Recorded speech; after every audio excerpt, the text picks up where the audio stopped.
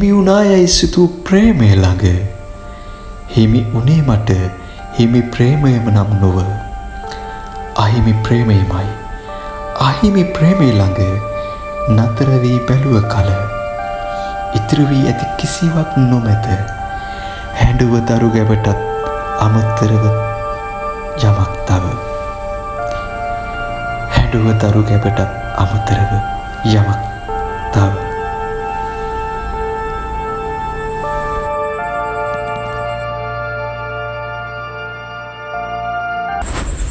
අපි හිතනවා අපි සදාකාලිකවම ප්‍රාර්ථනා කරපු ආදරේ අපිට හිමි වෙයි කියලා.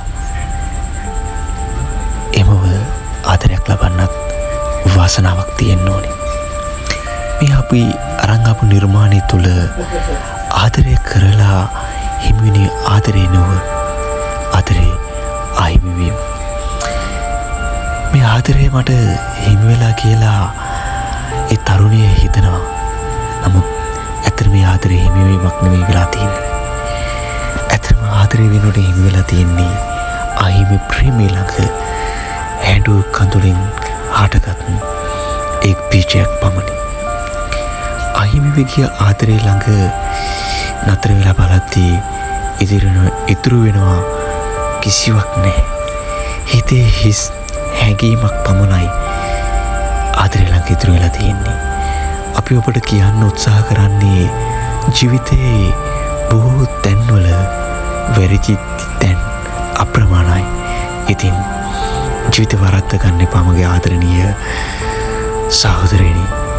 ආදරය කියලා කියන්නේ හරි සියුම්ව හරි අවබෝධයකින් යුතුව අධ්‍යයනය කරලා ජීවිත විඳින්න ඕන දෙයක්. ඉතින් අපි ඔබට කියන්නේ ආදරය එහෙම විඳින්න. ආදරය තුළ වරද්දගෙන මුළු ජීවිත කාලයම වේදනාවක් බවට පත්වෙන ආදරණීය හැඟුමක් වෙන්න එපා.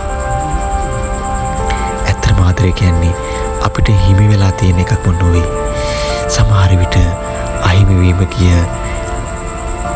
වීම තුළ රැඳෙන සිතුවමක්. ඉතින් මේ අහිමි වීම තුළ මෙවැනි සිතුවම් නගන්නට ඔබ උත්සාහ කරන්න එපා කියලා අපි ඔබට ආරාධනා කරනවා.